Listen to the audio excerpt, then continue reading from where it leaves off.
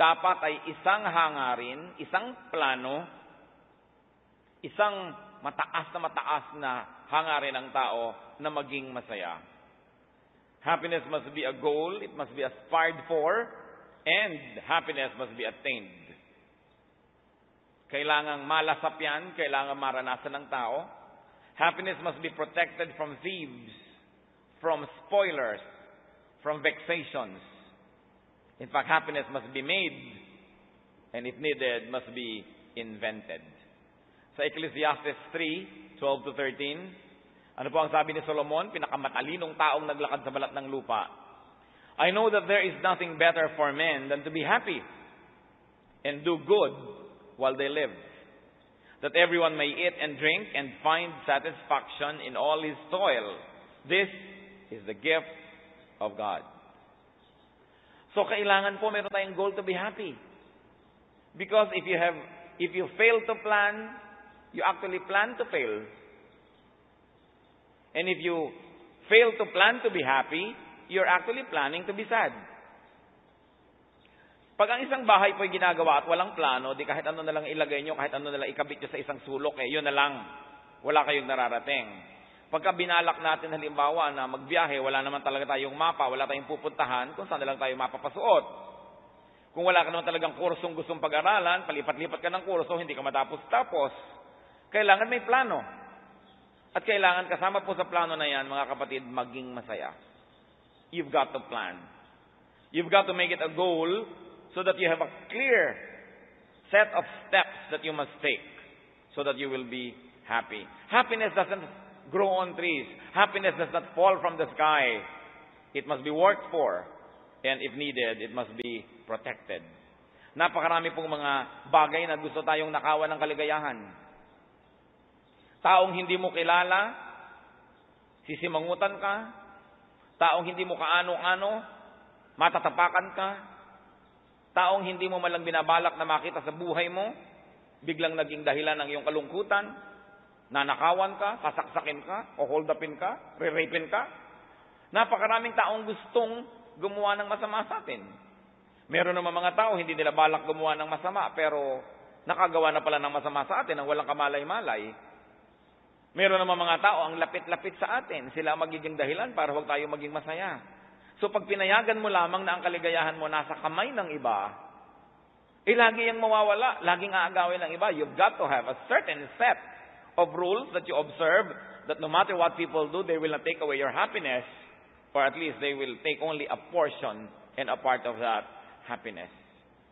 Maraming mga tao, ang ganda-ganda ng mood mo, magko-comment ng hindi mo nagustuhan. Sasabihin, ang pangit naman ng buhok mo, saka nagpagupit. Yung walang masabing mabuti, may sasabihin pang pangit.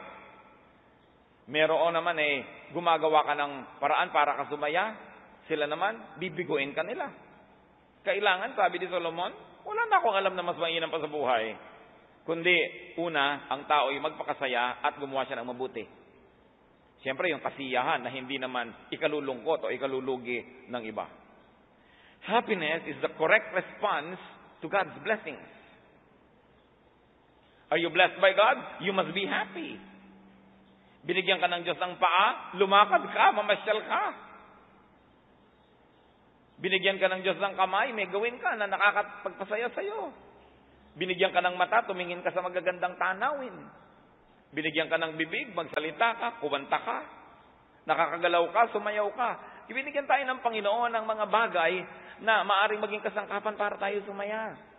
Binigyan na tayo ng pera, gastahin. Binigyan tayo ng pagkain, kainin. Binigyan ka ng magagandang mga punda ng unan, gamitin. Puro nakatiklop lang, nasa cabinet. Kailan mo gagamitin? Sa burol? Binigyan ka ng magagandang plato, sinasamba mo sa loob ng estante. Binigyan ka ng magandang sopa, ayaw mong paupuan, may takipang plastic. Meron pa daw carpet, tapos tatakpan din ng plastic, walang tatapak. Pag may ibinigay sa'yo ang Diyos, enjoy it. Because it is God's gift. Hindi lang ibig sabihin naman na wasakin mo na yan at huwag ka na magtira. Pero may mga tao, ang daming magagandang tuwalya, tapos pag makita mo, gapak-gapak yung mga tuwalya nilang ginagamit, hindi ko alam kung anong pinaglalaanan. Maraming magagandang mesa, hindi doon kumakain, nasa ng pamilya, nasa dirty kitchen. Ang daming magagandang kaldero, tapos kung ano-ano mga kupi-kuping takuri ang ginagamit sa buhay. Happiness is the correct response to God's blessings. Ecclesiastes 5:19. Moreover, when God gives any man wealth and possessions, and enables him to enjoy them, to accept his lot and be happy in his work, this is a gift of God. Sabi ko, kayo binibigyan ng Panginoon ng kayamanan, o kung hindi man sobrang daming kayamanan, binibigyan kayo ng mga ari-arian, at pagkatapos binigyan pa kayo ng pagkakataon na lasapin ang sarap na ibinibigay nito, tanggapin mo ang iyong kalagayan at ang iyong pinagpalang kalagayan at maging masaya ka sa buhay. Sabi, ito ay regalo ng Diyos. We should be grateful for what God gives. Therefore, you do not allow yourself to get distracted by what you do not have. Sit down, count your blessings, and be happy with what you have. Because if you are not always looking at what you do not have, and especially if you're looking at what other people have, you will not be happy. Ang simple-simple niyan, kaya ipinagbawal ang coveting. Sabi, do not covet. Tingnan nyo, pag umorder kayo ng pagkain sa isang restaurant, kahit na ang tagal nyong pinili yung o-orderin nyo, pag dumating yung order ng kabilang mesa, laging mukhang mas masarap. Ano yung order niya? Parang yun yata ang gusto ko. Pero ikaw naman na hindi pinilit doon sa in-order mo. Laging parang mas maganda ang bakura ng kapitbahay. Laging parang mas maganda ang asawa ng kapitbahay. Parang laging mas matalino ang anak ng kapitbahay. Kaya ang mahalaga, lagi mo nalang tingnan what you have, what God gave you, and work hard at being happy with it. And be appreciative. How can you be appreciative? By using what God gives you. Kung kayo man po nagregalo ng isang bagay, ako may mga taong tinigilan ko ng regaluhan kasi hindi ko nakikita ang ginagamit. Ako sisikip lamang ang cabinet nito, dadagdag na naman niya sa kanyang stock ang ibibigay. Huwag na lang, ibigay na lang sa gumagamit. So ang Panginoon, pag may ibinibigay sa atin, gusto naman niyang makita ang ginagamit natin yan. Hindi lang talento, hindi lang yung pang-ministry, kundi rin po yung mga pampasigla sa atin at pampasarap sa buhay natin. Gusto rin niyang gamitin natin yan. Kaya yung mga bakasyon dapat ginagamit, hindi kino-convert sa cash. Kasi pag yung bakasyon, gusto ng Diyos, nakakapagpahinga tayo, nalilibang, naaaliw, pagbalik mo sa trabaho, kahit nagbakasyon ka, mas masaya ka, mas masigla ka. Pero kinonvert mo sa cash, mahirap ka pa rin naman sa ending Hindi ka pa nakapag-enjoy. One way to appreciate is to use what God gives. Enjoy, use, and never fail to share what God gives. Kasi po merong miraculous, magical happiness ang sharing.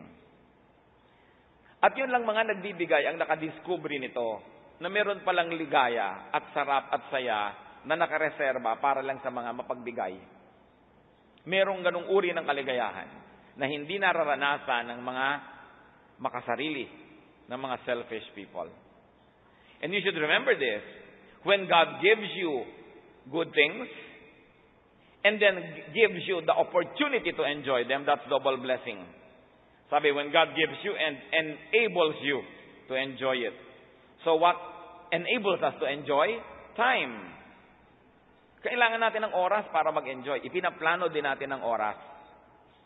Mga kapatid, pag hindi ninyo ipinrotekta ang oras nyo mula sa kung kani-kaninong manghihingi ng oras, mahihingi ng lahat ang oras nyo at walang natira sa inyo. Samahan mo naman ako doon. Kahit naman ayaw mo sumama, sumasama ka. Hiningi niya ang oras mo. Sana yung oras na yun, nagamit mo na for your own enjoyment, pinamigay mo na naman. Yung mga hindi marunong magsabi ng no sa lahat ng imbitasyon. Yung mga may darating sa bahay mo, balak mo maglinis ng lahat ng cabinet, at 3 oras na ayaw pang umalis. Nanakaw na niya ang kaligayahan mo. Kaya pwede mo sabihin, alam mo, pwede pa ako makipagkwentuhan ng 10 minutes. Pagkatapos, maglilinis ako ng cabinet ko, umuwi ka rin at maglinis ka rin ng cabinet mo. Hindi yung sang-ayon ka na lang na ubusin ng tao ang iyong oras. Alam niyo, marami mga tao, lalo yung mahilig magpa-counsel. Kaya akala nung ibang hirap naman magpa-counsel sa mga pastor. Bakit may appointment pa at may oras-oras pa? Kasi karamihan ng namang problema, walang ibang gustong gawin kundi huminga ng huminga. So magpapa-counsel sa'yo. 2 oras na kayo nag-uusap, wala pang tinutumbok. Sabi ko, teka, magpapa-counsel ka ba? Ano bang goal ng counseling natin? Gusto mo mahingi ang payo ko o gusto mo lamang talagang umatukal dyan at pakinggan kita ng pakinggan at paulit-ulit ka na para na tayong ruwedang paikot-ikot? Even the time of pastors and counselors must be protected from those who like to consume them needlessly. Kailangan ipinoprotect nyo yung enablement nyo to be happy. Therefore, you must be able to say no when you must. What other enablement does God give us? Not only time, so you value your time and you plan your time, but also people to enjoy with. Alam niyo naman, happiness multiplies when there are people you share it with. And sorrows become smaller when there are people to share it with. So people are blessings. Pero kung kagalit mo ang iyong hipag, kagalit mo ang iyong kapatid, kagalit mo ang iyong manugang, kagalit mo ang iyong biyanan, kahit saan ka tumingin, naiinis ka, siguradong magiging malungkot ka. Kaya kailangan, kung napapansin mong marami kang kagalit, suriin mo ang iyong sarili, baka something's very wrong with you. Or you are a saint and you're a perfect person, then something's wrong with the world, but still, you have to do something to be happy in spite of the people around you. Gagawa ka ng paraan. When God enables you to have good health, kailangan ine-enjoy mo yan. Hindi lahat ng araw, mga kapatid, malusugan tao. Hindi lahat ng sandali ay malakas ang katawan. Kaya dapat sa mga panahon na malakas ang katawan, samantalahin. Gusto nyong akyatin ang bundok Banahaw, akyatin nyo na habang hindi pa kayo punong-puno na arthritis. Habang meron tayong pagkakataon, o kaya meron tayong sakit, may mga moment na gumagaling tayo, do something that you like to do. You've got to be creative, but you've got to fight for your right to be happy. At alam nyo, kung tao ay sasaya, hindi siya dapat laging nag-iimpok. Hindi siya laging nagtitipid. Nag-iimpo ka ng konti. Nagtitipid ka ng konti para sa iyong mga emergencies na mangyari. Pero kung wala kang ginawa sa buhay mo kundi mag-impok, alam nyo, uutangin lang yan ng iba. Tinitiyak ko sa inyong uutangin lang ng iba. Kasi lahat ng kamag-anak nyong nakakaalam na may inimpok kayo, walang pag-iinteresan kundi ang inimpok nyo. So pag may dumarating silang pera, gasta sila ng gasta, kasi alam nila, pag nagipit tayo, utangin natin yung iniipon itong ating kapatid. Ganun ang gagawin nila. Kaya dapat marunong ka rin magprotekta ng iyong kinikita, hindi ka ipon ng ipon, kasi lagi kang paliligiran ng mga taong gustong hut-hutin ang iyong inipon. O kaya hindi man nila hinut-hut, bigla ka namatay, ipinamana mo sa manugang mong hindi mo nakilala, kanya na. Marami na po ako nakita mga kapatid na sobra mag-impok. Tapos ang mga buhay nila hindi masasaya. Pagkatapos, iba ang nakinabang ng iniimpok nila.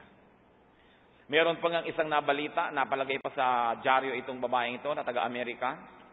Kahit winter, hindi siya nagbubukas ng heater sa kanyang bahay, makatipid lang ng kuryente.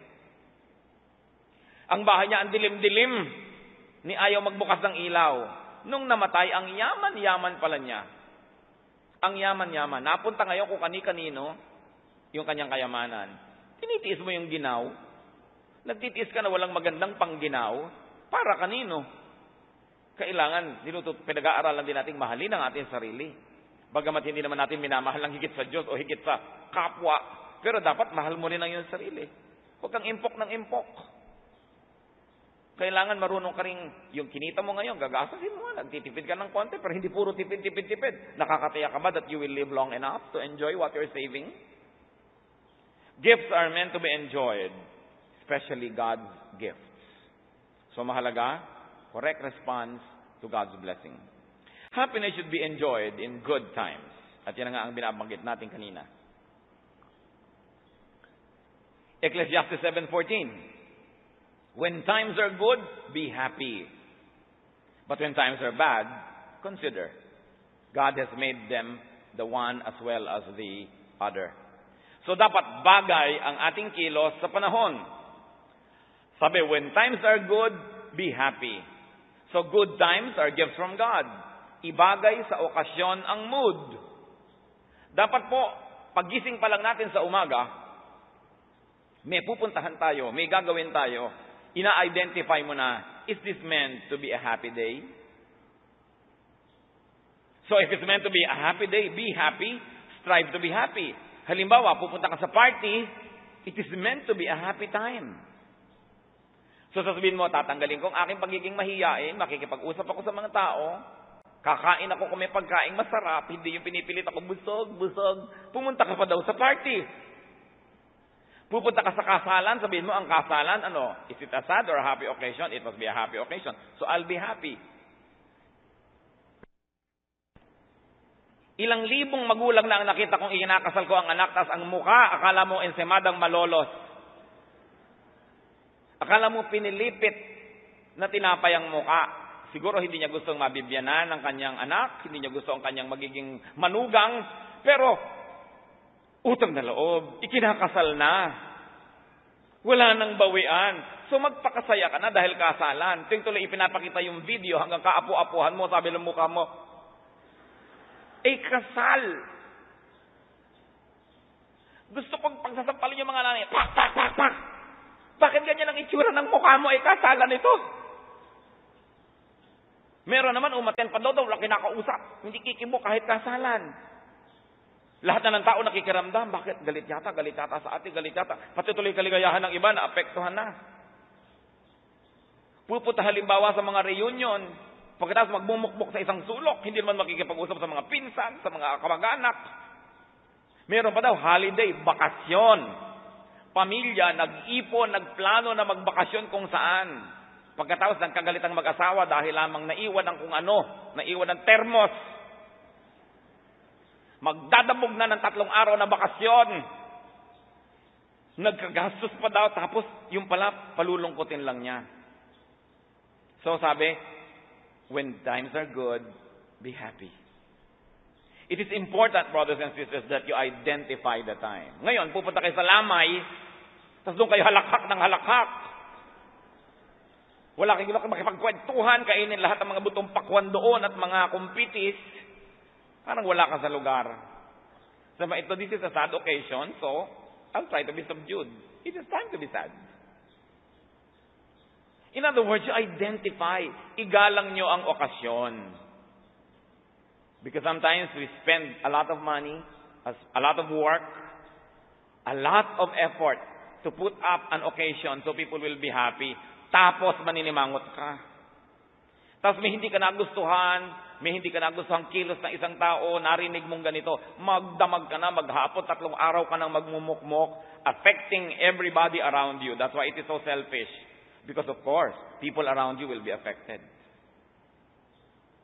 So sabi ng Ecclesiastes, when times are good, be happy. Mga magulang, kahit ayaw niyong manugang niyo, kung ikinakasal na, gustuhin niyo na.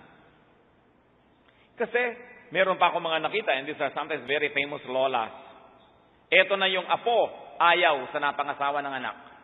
Ni ayaw buhatin yung apong bagong panganak. In fact, I can quote somebody. Tandang-tanda ko sinabi. Sabi niya, he looks so frail and I lack practice.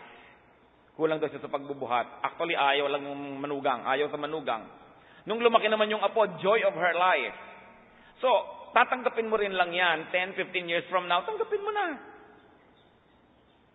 Yung mga nagtatampuhan, magbabati din lang naman yan. 3 araw pang nagtiis. Mahirap sa puso. So sabi niya, Solomon, when times are good, be happy.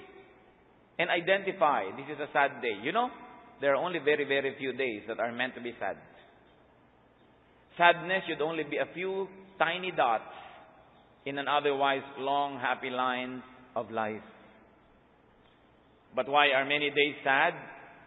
Because people choose to be sad. And because people choose to make other lives around them miserable. Because they feel miserable, they make everybody else become miserable. And that is the height of selfishness. Kailangan maging masaya ang tao. Sayang ang buhay kung malungkot lang. Happiness is to be had in youth. Ecclesiastes 11:9. Be happy, young man, while you are young, and let your heart give you joy in the days of your youth. Follow the ways of your heart, and whatever your eyes see. But know that for all these things, God will bring you to judgment. So sinabi, magpakasaya ka, huwag mo lang lilimutin, naharap ka sa Diyos. In other words, kung anong kaligayahan na pwede mong gawin, gawin mo. Huwag ka lang lalampas sa tama, dahil tiyakin mo, at tinitiyak ko sa iyo, huhusgahan ka ng Panginoon pagdating ng araw. Pero lahat ng pwede mong gawin na kasiyahan na hindi naman ipanghuhulga sa'yo at isusumbat sa'yo ng Diyos at hindi ka pagbabayarin, gawin mo. Dahil bata ka sabi. Kaya tama-tama sa mga youth na maging masaya dahil wala pang masyadong worries, responsibilities, wala pang masyadong mga illnesses and awareness about the sad facts of life. So it's a time to be happy. But many of us don't allow the young people to be young. Isasama pa daw mga bata sa picnic, sa excursion, pero walang lalabas ng bahay. Walang pupunta sa tubig. Walang pupunta sa may puno. Ba't hindi niya nilang ikulong? Para madalian kayo mag-alaga at huwag siyang manganib.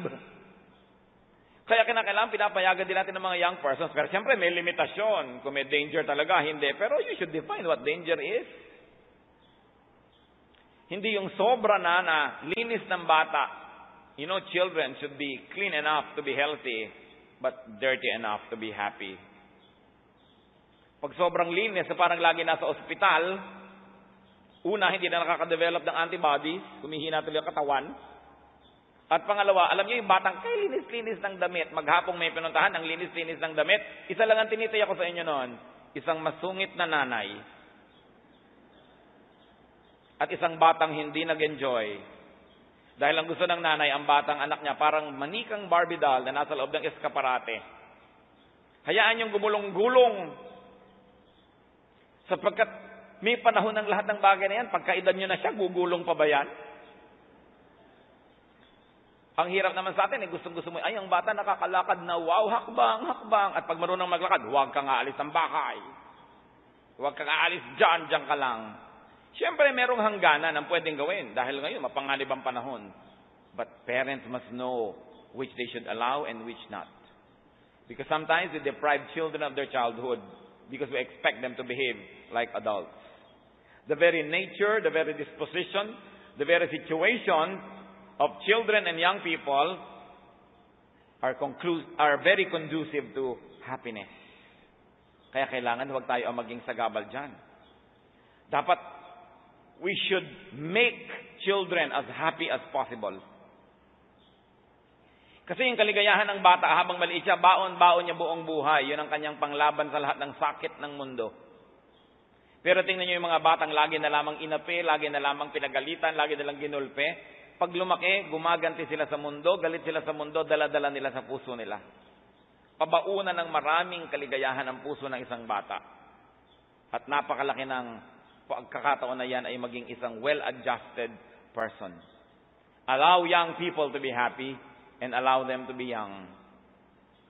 Talagang napakalaki pong kalbaryo yung naliligid ka ng mga teenager na wala na makakwenta-kwenta, tawanan, ang iingay, ang pasa niya, talagang nakakaligalig sa mga may edad na. Pero kung gusto natin na payagan silang maging ganon, dapat umimbento rin tayo ng sarili nating peace, sarili nating kaligayahan, kahit sila kuminsan nakakagulo sa ating gustong katahimikan. But we should not impose on them the tastes of adulthood because they are not adults yet. Kailangan silang bigyan ng ganong pagkakataon. Sapagkat dumarating ang pagkakataon, ibigin man nilang sumaya, ibigin man nilang lumakad, hindi na rin nila kaya. John 21 verse 18. I tell you the truth, and this is the Lord speaking. When you were younger, you dressed yourself and went where you wanted. But when you are old, you will stretch out your hands, and someone else will dress you and lead you where you do not want to go. Sabi ni Lord, darating ang panahon, binibihisan ka ng ayaw mong isuot sa'yo, dinadala ka sa ayaw mo, pero matanda ka na kasi, wala kang choice. So, yung batang pwede pang magbihis at pwede pang pumunta doon, hayaan. Huwag lang naman yung sinipuna dahil kita na yung pusod, nagdamit pa daw. Kailangan na pagbibihis ay decente, hindi ka nagiging sex object. But we should allow a little leeway. Nung araw, pati haircut talaga, very regulated. You know, kasi yung magulang crew cut, gusto yung anak crew cut din. So, binibigyan natin ng konting pagkakataon yung mga young people to be young, not to be like us. Because when they are our age, they will be like us. But when they are young, we allow them room to be young. So long as they have limits and they do not needlessly endanger their lives. It is important in life so that we can be happy. Happiness should be expressed. Happiness should be celebrated. James 5:13, is anyone happy? Let him sing songs of praise. In other words, masaya ka na pala. Huwag mo nang pigilin. Ang pipigilin lang kasalanan. Pero yung masaya ka, bakit ayaw mong ipahalata? Gustong-gusto mo na yung kinakain mo, magtitira ka pa ng konti, ay baka mapagsabihan akong patay gutom. Gusto mo na pala, kainin mo lahat. Natutuwa ka pala, tumawa ka. Meron naman natutuwa na ayaw pang tumawa, baka mapagkamalan ako mababaw. Kaya nga sabi ni Sampaguita, ayaw ka ng patry-try, ang gusto ko ay todo bigay. Basta't hindi sa kasamaan at hindi sa kasalanan, celebrate, be open. And I tell you, brothers and sisters, say yes more often to the good things. Pero mga tao, gusto mo ba ito? Hindi. Hindi ka pa tapos mag-alok? Hindi. Sobrang defensive. Akala mo, pag inaalok mo, pinagbibintangan mo siyang patay gutom. Gusto mo ba sumama? Hindi. Gusto mo ba nito? Ayaw. Gusto mo ng unan? Hindi. Lahat ng comfort na iaalok mo, ayaw tanggapin. Pride yun eh. Or insecurity. Kasi hindi sanay na binibigyan ng mabubuting bagay, ang tendency agad magduda sa nag-aalok. Gaano karami pong kaligayahan, mga kapatid, ang na-miss natin just because we did not say yes to the right things. Kaya kailangan mas marunong tayong magbukas-bukas. Lalo pangat kung ang assessment nyo sa sarili nyo, hindi naman kayo talaga ganun kasaya. Dapat may baguhin sa equation para maiba yung product. Ibahin ang timpla para yung ending maiba. And the Bible says that happiness is for the godly. Matthew 25, 21, and 23. His master replied, well done, good and faithful servant. You have been faithful with a few things. I will put you in charge of many things. Come and share your master's happiness. So yung mga tao pong kinalulugdan ng Diyos, hinahayaan niyang makihati sa kanyang kasiyahan. So you want to be happy? Be godly. Be godly and you will be sharing the Lord's happiness. And when God gives you happiness, huwag magpakipot.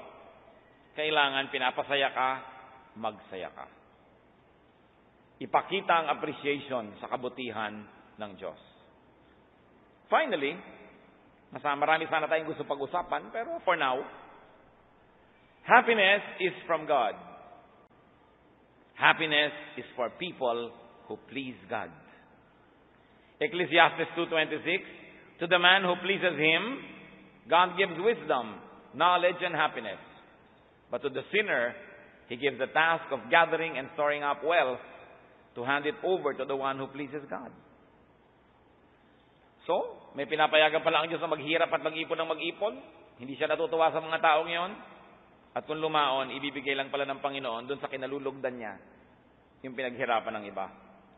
So make it your main, make it your primary business to please God. Because when God is pleased with you, how can anyone stop Him from blessing you? God gives happiness to His people. Zechariah 8:19, this is what the Lord Almighty says. The fast of the 4th, 5th, 7th, and 10th months will become joyful and glad occasions and happy festivals for Judah. Therefore, love, truth, and peace. So pati po yung mga buwan ng pangingiling at mga pag-ayuno, itinatalaga ng Diyos na itong mga schedule na ito will become happy and joyful occasions. In other words, while the Lord understands and even wants us to go through some quietness, sometimes some sadness, so that we can reflect, the Lord also wants us to enjoy and to be happy. So be happy. Make it your goal to be happy. You say, today I'm going to be happy. No matter what my mother-in-law does, I have decided I'll be happy. No matter what my spouse says, no matter what behavior I see from my neighbor, I decide that they are not going to be the determining factors of my sadness or happiness. I decide to be happy. Kung natutuwa ako sa itsura ng buhok ko, kahit sabihin ng lahat na mukhang pugad ng ibon, basta decided ako, masaya ako doon. 1 Thessalonians 5:16, be joyful always. And of course, you should also make others happy. Kaya meron po tayong pananagutan. Do you know that cheerfulness is charity? Akala nyo ang charity yung nagbibigay lang kayo ng dugo, nagbibigay kayo ng damit, nagbibigay kayo ng gamot? Yung hiningitian nyo ang tao, yung masaya kayo, ginagawa nyo rin siya ng mabuti. Yung may kasama kayo sa bahay, may kasama kayo sa biyahe, na hindi na kayo pinapakiramdamang ano kaya, malungkot kaya siya, galit kaya siya, masama kaya loob niya. So tinatansya-tansya ka pa, sinusuyo-suyo ka pa, na nagkakatrabaho tuloy sila. Actually, it is charity to let people know that you're alright, that you're happy. And even if there are some causes of sadness in your heart, you don't always show it so that you don't affect other people. That is kindness. Pero dahil nasira ang mood nyo, sisirain nyo rin ang mood ng lahat. That is selfishness. Make others happy. 2 Corinthians 7:13. In addition to our own encouragement, we were especially delighted to see how happy Titus was, because his spirit has been refreshed by all of you. So Titus was depressed, was sad, but his spirit was refreshed by others. And Paul says, ikinalulugod ko na dahil sa inyo, sumaya-saya si Titus. Meron tayong pananagutan sa isa't isa. Hindi tayo nabubuhay para sa sarili lamang. Kaya kailangan iniisip din natin, paano ang magiging reaksyon ng iba? Dadalo ako ng kasalan, tapos maninimangot ako. Paano ang reaksyon ng mga kabilang partido? Paano ang reaksyon ng lahat ng tao? May pananagutan ako. It's a happy occasion. I'll contribute to its happiness. And if I will not be able to contribute actively, at least I will not actively destroy the happiness of other people. And you know what, church? Another important thing is to allow others to give you happiness. Payagan nyo na pasayahin din nila kayo. May mga tao gusto naman nila, sila lang yung bigay ng bigay pero ayaw tumanggap. Payagan nyo na pasayahin din kayo. May mga magulang sobrang martir, walang iniisip kundi magbigay sa anak, tapos binibigyan na, tinatanggihan pa. Kasi iniisip, nahihirapan ng anak ko, huwag na lang akong bigyan. Payagan nyo rin ang taong pasayahin kayo. Payagan nyo yung mga tao. Kung sinusuyo kayo, pasuyo na kayo. Huwag na kayo mag-play hard to get.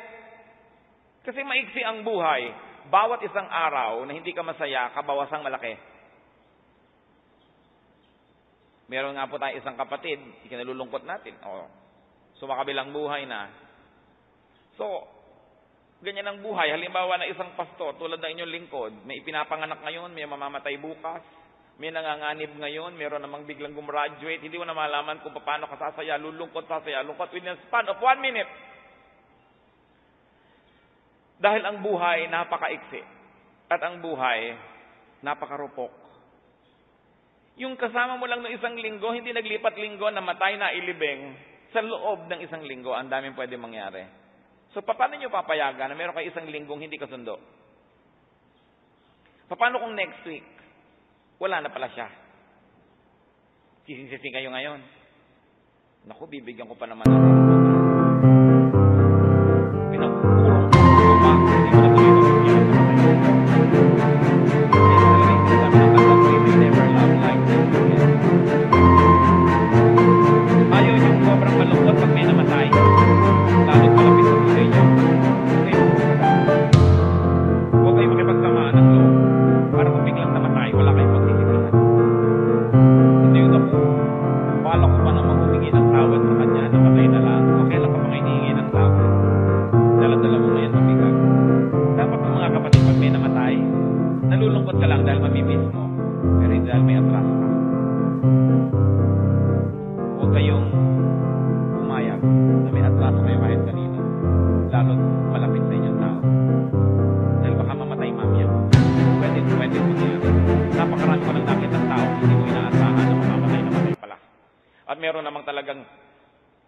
pinapanalangin hanggang mamatay na. Tapos ang tagal na nabuhay pa. Hindi, meron po talaga ganyan. Pastor, ipanalangin niyo naman pong kunin ako ng Diyos. Nakakatiyak ba kayo? Yan ang gusto niyong panalangin?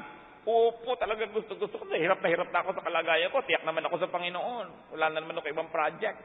So, okay na sa akin. Tiyak nyo. Ipapanalangin natin. Opo, di ipapanalangin. O Diyos ko po, kunin niyo na siya dahil gusto na niya. Tapos, ang haba-haba. Hindi naman kinukuha ng Panginoon. Meron naman papa-attendin mo na meeting bukas. Lagot ka sa meeting bukas. Yung pala, namatay na ngayon. Nakakatiyak ba kayo? Kayo ba may mga kasamaan ng loob? Paano kung mamatayan mamaya? Tiyakin ninyo na wala kayong pagsisisihan. Ayusin ang buhay. Do not be proud. Be humble, be open, and be happy. It is a decision. Isa po yung desisyon.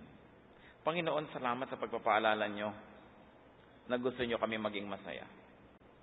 Nawa sa sandali ng pagbubulay-bulay na ito ay nakita namin kung ano ang magiging dahilan o nagiging dahilan sa kakulangan ng kasiyahan ng ilan sa amin. Kung may nakita po kayo, Panginoon, na bahagi ng aming puso na siyang may pananagutan kung ba't kami kumisan di sumasaya, patuloy niyo kaming kausapin. Mga kapatid, habang lahat ay nakayuko, nakatikit sa presensya ng Diyos, nais ko manalangin. I like to pray for people who say, maraming balakid para ako maging masaya. Gusto ko maging masaya, pero maraming hadlang. Nais ko, tumayo tayo. Ipapanalangin ko kayo. Yung nagsasabing, may mga hadlang ang kaligayahan ko, pero gusto ko talagang sumaya at gusto kong hingin sa Panginoon na turuan ako kung paano malalampasan ang mga hadlang na ito. At yung hindi ko kayang lampasan, ang Panginoon ang kumuha. Sino man ang may ganitong panalangin, tumindig kayo at mananalangin tayo. Gusto ng Panginoon kayo maging masaya. Ayaw ng Panginoon na may malungkot na tao. Ayaw natin maging malungkot. Pero kung minsan, tayo ang may pananagutan. Kung minsan, iba. Pero ang lahat ng yan, tayo man o iba, kaya ng Diyos plutasin. Kung ating ipapasa Kanya. So, sino man ang nais tumayo, baka naman sasabihin nyo lang gusto nyo sumaya, ikinahihiyan nyo pang sabihin at hindi pa kayo makatayo. Lulungkot talaga kayo niyan. Pasensya na kayo kung lulungkot pa kayo. Kung sinasabi nilang espiritong tumayo ka, ayaw mo pang aminin, talagang malungkot ka na, sorry ka na lang. But the Lord is here. The Lord is a healer. At kung hindi tayo nahihiya sa doktor, maghubad man sa kanyang harap para masuri ang ating kalagayan, bakit tayo mahihiya sa Diyos at sabihin, Lord, gusto ko pong maging masaya pero maraming hadlang. Gusto ko pong lumapit sa inyo at hilingin na kayo ang maging kalutasan. Panginoon, tumatayo sa iyong harapan, nagpapakumbaba ang mga anak mo. Hindi ikinukubli sa iyong harapan ang nilalaman ng puso. May mga kalungkutan, may mga pangamba, may mga balakid sa kaligayahan. Alam niyo lahat ito, Panginoon. Wala po kami maililihim sa inyo. Ang hiling ko lang po ngayon, Ama, ituro mo sa bawat isang tumitindig sa iyong harapan ngayon. Una, kung sila mismo ang may pananagutan kung ba't di sila masaya. Ituro mo ang higit na tamang paraan. Ituro mo at ituwid ang aming mga pag-iisip at pamamaraan, Panginoon. Pangalawa, kung iba ang dahilan ng kalungkutan o sagabal sa kaligayahan ng iyong mga anak na hindi namin kayang sakupin ang kalooban ng mga ibang tao na yon, Panginoon, kaya niyo po silang turuan, kaya niyo silang kausapin at kaya niyo silang ituwid. Ipinababahala po namin sa inyo ang mga ibang tao na nagiging sagabal ng aming kaligayahan. At kung ang sagabal na ito, Panginoon, hindi ibang tao, kundi mga bagay, pananalapi, mga sakit, mga karamdaman, mga alalahanin, lalong-lalo naman, Panginoon, na kaya niyo po ang mga ito. Ipinagtitiwala namin sa inyo at turuan mo po kami magtiwala sa inyo. At kung ano man ang aming kalagayan, ano man ang kulang sa aming panukat, matuto pa rin kami, Panginoon, ay paglaban ang pwede kaming maging masaya kahit may kulang sa buhay. Maraming mga taong sobra-sobra ang mga tinatangkilik, subalit di rin masaya. Kaya ituro mo sa amin, Panginoon, na ito hindi sa kayamanan o karalitaan, kundi ito sa kalagayan ng aming puso kung paano kami magiging masaya. Hindi sa dami o kakulangan ng tao sa aming paligid, hindi sa kalagayan namin sa lipunan, kundi sa kalagayan ng relasyon namin sa inyo, kami magiging masaya. Ituwid niyo ang aming mga kalikuan. Paglinawin niyo ang aming mga kadiliman, Panginoon. At kung niloloob niyo, Panginoon, sa inyong mahiwagang pamamaraan, na kami dumanas talaga ng lungkot upang kami mapag-isa, makapag-isip-isip, magbulay-bulay, ituro mo rin sa amin ito, Panginoon, na tanggapin ang pansamantalang mga kalungkutang ito. Matuto kami mula sa mga leksyon ito. At kung kami natuto na, hanguin mo kami sa mga bagay na ito, Panginoon. Kalooban niyo nawa ang maganap. At idinadalangin ko, anak, mga kapatid, inilalapit ko sa Panginoon ang inyong mga puso. Panginoon, tingnan niyo po ang puso ng bawat isa. Hipuin ninyo ang mga pusong nag-iisa. Ang mga pusong nangangamba. Ang mga pusong maraming takot. Ang mga pusong maraming kalungkutan. Pangungulila, hinanakit, mga tampo, mga sama ng loob, mga galit, mga pagkapuot. Ang lahat ng ito, Panginoon, ay sagabal upang kami maging makadiyos at masaya. Alisin mo sa aming puso, Panginoon. You have given us free will, so it can be in our will to be angry. But Lord, right now we surrender that will to you now and ask you, let your will be done. Uproot all of these negative thoughts and feelings from our hearts and replace it with peace. Replace it with contentment. Replace it with godliness and holiness. Replace it with your joy and peace that transcends understanding and logic. And we pray, O God, that your peace will rule in our hearts. And as we become peaceful, there is no doubt that we will be happy. Ituro mo sa amin, Panginoon, to be happy in whatever station in life we are, in whatever situation, economically, emotionally. Teach us, O Father, that when we have you, we have everything. Ipakita mo sa amin ang kahulugan nun, Panginoon, sa isang malalim na paraan. At nawa ang kasiyahan, ang